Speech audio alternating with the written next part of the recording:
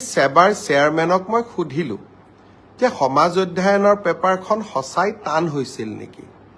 সেবাৰ অধ্যক্ষ ডাঙৰীয়াই মোক ক'লে যে প্ৰশ্নখনৰ পেটাৰ্ণ বদলিছে। যোৱা বছৰো প্ৰশ্নখনৰ পেটাৰ্ণ বদলোৱা হৈছিল আৰু এইবাৰো পেটাৰ্ণটো বদলোৱা হৈছে যাতে ছাত্ৰ ছাত্ৰীসকলৰ জেনেৰেল নলেজৰ পৰীক্ষা সেবাই ল'ব পাৰে। ব্যৱস্থাটো আদৰণীয়, কিন্তু যদি মোৰ ভাগিনবিলাকে আকৌ মেট্ৰিকত ফেইল কৰি যায় তেতিয়াহ'লে কেনেকৈ হ'ব? সেইটোতো হ'ব নোৱাৰে।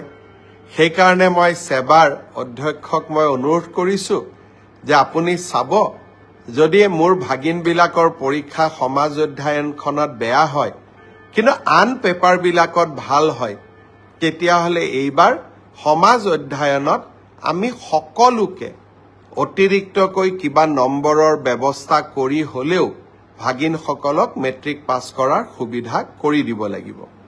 তেখেতে মোৰ অনুৰোধক বিবেচনা কৰিম বুলি প্ৰতিশ্ৰুতি দিছে আৰু সেয়েহে ময়ো ভাগিনসকলক ক'ব খুজিছোঁ যে সমাজ অধ্যয়নৰ কাৰণে আমি আৰু চিন্তা কৰিব নালাগে। সকলোৱে মিলি চেষ্টা কৰিব যাতে আমাৰ পৰীক্ষাটো আমি ভবাৰ দৰে নহ'লেও আমি যাতে কিছু হ'লেও অতিৰিক্ত নম্বৰৰ সুবিধা লাভ কৰিব পাৰোঁ।